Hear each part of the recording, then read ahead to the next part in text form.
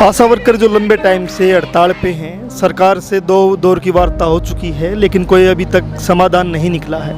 8 अक्टूबर को बहुत बड़ी रैली मजदूर करने जा रहे हैं और उन मजदूरों में ये भी मजदूर शामिल है। और मजदूर का न्यूनतम वेतन हरियाणा के अंदर 12,000 है, लेकिन इनको सरकार 4,000 देती है। लगातार सरकार से इनकी बातचीत हुई है, तो एक बार हम जानते हैं जो आपकी रैली है कब है और कितनी बड़ी रैली होने वाली है। मेरा नाम अनीता है, मैं जिला सचिव आशा वर्कर यूनियन हिसार से हूँ। हमारी 8 अक्टूबर की बहुत पूरे हरियाणा के अंदर रैली है और उसमें तो हम गिनती नहीं कर सकते भी कितनी बड़ी रैली होगी, क्योंकि हमने जन संवाद की मीटिंग करी हुई है। हम हमारे घर से पड़ोसी, घर वाले, मिड डे मील या मजदूर संघ, जितना भी आल मजदूर संघ है, टोटल हमारे साथ जाएगा, अनगिनत जाएगा। हमारी कोई गिनती नहीं, हम लाखों की संख्या में होंगे, हजारों तो मैं कह नहीं सकती। लाखों की संख्या में करनाल में आप जाओ? हाँ जी बिल्कुल। हमारी सरकार नहीं जाने देगी तो हम फिर भी जाएंगे। सरकार ने हमारा रुख देखा नहीं है, क्यों हम पंचकूला गए नहीं है। सरकार ने खूब कोशिश करी थी, आशा वर्करों को रोकने की कोशिश करी थी, पुलिस जगह जगह तैनात कर दी थी, फिर भी वहाँ पहुँचे हैं। इनको पता नहीं है आशा वर्कर का कितना संघर्ष चल रहा है 2 महीने से। तो आपका क्या नाम है? सुरेश वासा जी। क्या कहना चाहोगे? सरकार लंबे टाइम से आंदोलन को दबाना चाहती है, चुप है, आपसे बात नहीं कर रही है, क्या कहना चाहोगे सरकार? देखो जी, चुप है सरकार, बात नहीं करना चाह रही है, पर सरकार ना आशा वर्कर बता कर छोड़ेंगी कि चुप रहने से काम नहीं चलेगा आपका, आप ना सीधे सीधे आना पड़ेगा, ठीक है नहीं। हम ना 2 महीने हो गए हड़ताल पर बैठी ना, हमारे साथ कोई बातचीत नहीं हुई है सरकार की। पिछले शुक्रवार की वो बताया था सरकार ने भी, मतलब जो सीएम के साथ बात होगी हम अपना बता देंगे, 1 हफ्ता का टाइम मांगा था, पर वो सोच रहे थे कि ये अपना धरना प्रदर्शन उठा लेंगी। आज तो बताना चाह रहे हैं हम उसना, जो आओ आपका चैनल के माध्यम से, ना तो हमने अपना धरना प्रदर्शन उठाया है और ना उठाएंगे, उसने हमारे साथ बात भी करनी पड़ेगी और जो हमारी मांगे हैं वो माननी भी पड़ेगी। सरकार तो कहती है कि बेटी बचाओ बेटी पढ़ाओ, लेकिन बेटियां सड़क पे बैठी है, वो उसने दिख नहीं रहा जी, बेटी तो रोड पर बैठी है जी। ये नारा उसने बिल्कुल गलत दे रखा है जी। अगर उसने ये नारा दिया है ना कि बेटी पढ़ाओ बेटी बचाओ, तो बिल्कुल गलत है जी उसका। आज वो आकर देख ले, हम भी किसी की बेटियां जो रोड पर बैठी हैं, हम कोई भीख नहीं मांग रहे, कोई कुछ भी नहीं मांग रहे, अपना जो मान है ना भाई, हमने जो काम कर रखा, काम के दाम मांग रहे हैं। काम के दाम मांग रहे। क्या नाम है? मेरा नाम सोनू है, नारनौल से।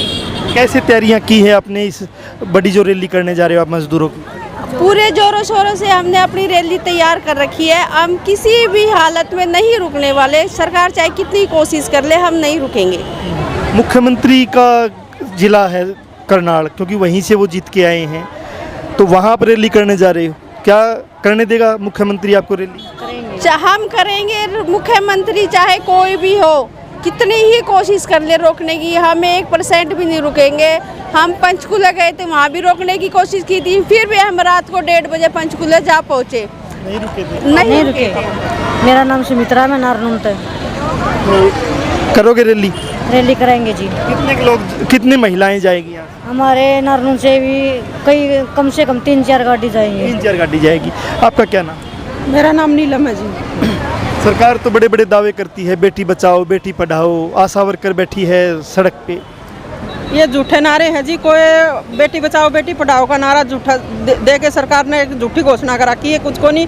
बेटियों की ऐसी ऐसी हालत होने लग रही है, 8-8 साल की बेटियों के साथ रेप होने लग रहा है। क्या संभाला उन बेटियां की? उनका खुद का बेटी हो तो उन्हें पता चल रहा है भाई बेटी की इज्जत क्या हुआ है। 15-15 साल की बेटियां ने सड़कों पर दौड़ा के नंगी कर करके नोटाल लग रही है।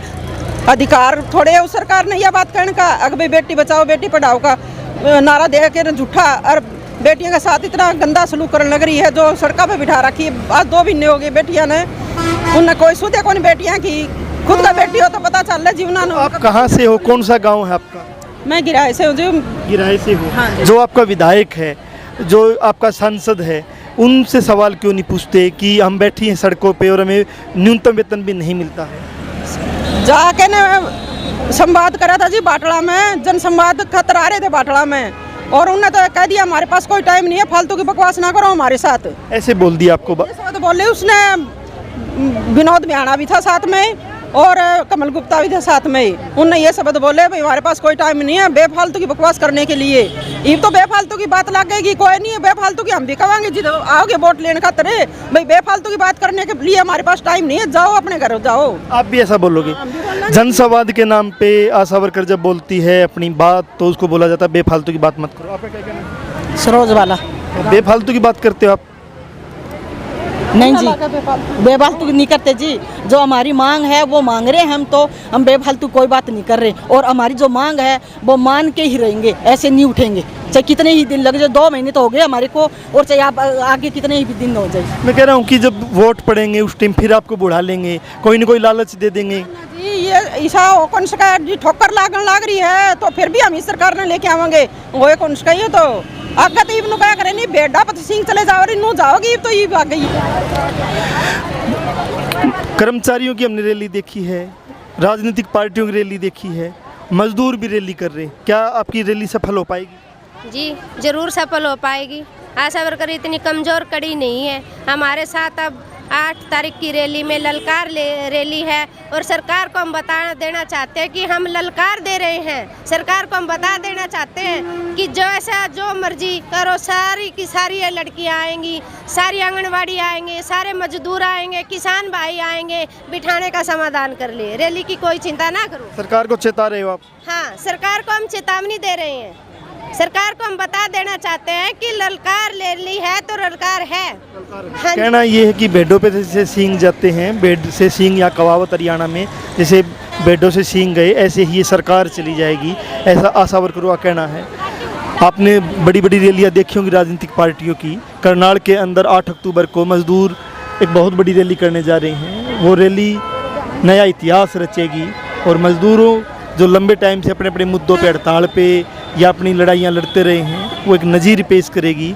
और वो नज़ीर यही होगी कि सरकार को समझना पड़ेगा कि सरकार तानाशाही करेगी या लोगों से बात करेगी।